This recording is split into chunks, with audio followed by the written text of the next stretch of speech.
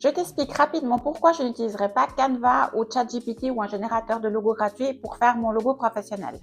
Déjà, il faut comprendre que tout ça, c'est du générique. Donc, sur Canva, c'est des petits éléments que tu vas assembler pour créer ce qu'on appelle un logo. Mais tous ces éléments-là, ils sont à la portée de tout le monde. Donc, tu peux te retrouver avec un logo qui est tout à fait similaire à une autre personne, voire identique. Le logo que Canva génère est un logo libre de droit pour ceux qui utilisent Canva. Donc, le logo ne t'appartient pas. Donc, imagine qu'une personne ouvre un institut avec le même logo que toi, tu ne peux rien faire parce que le logo, en fait, appartient à Canva. Quand tu crées des logos, il y a une licence de droit que tu payes.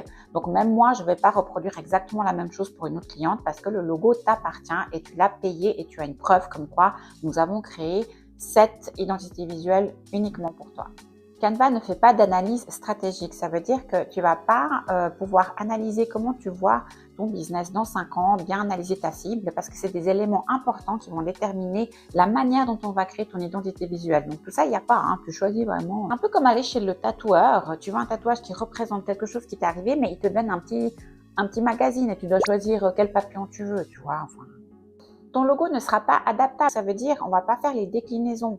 Quand une graphiste crée un logo, le logo vient en plusieurs déclinaisons. Format carré, format favicon, format sigle, format horizontal, vertical. Donc, tu n'auras aucune déclinaison. C'est toi qui vas devoir essayer de créer des déclinaisons et je t'assure que ça va être un casse-tête pour quelqu'un qui ne vient pas du métier. Il n'y a pas de charte graphique. Donc, en fait, tu vas faire qu'un logo. Ça ne sera en tout cas pas une identité visuelle parce que tu n'auras pas réfléchi sur les typographies à utiliser, les couleurs qui ont été analysées pour ton business.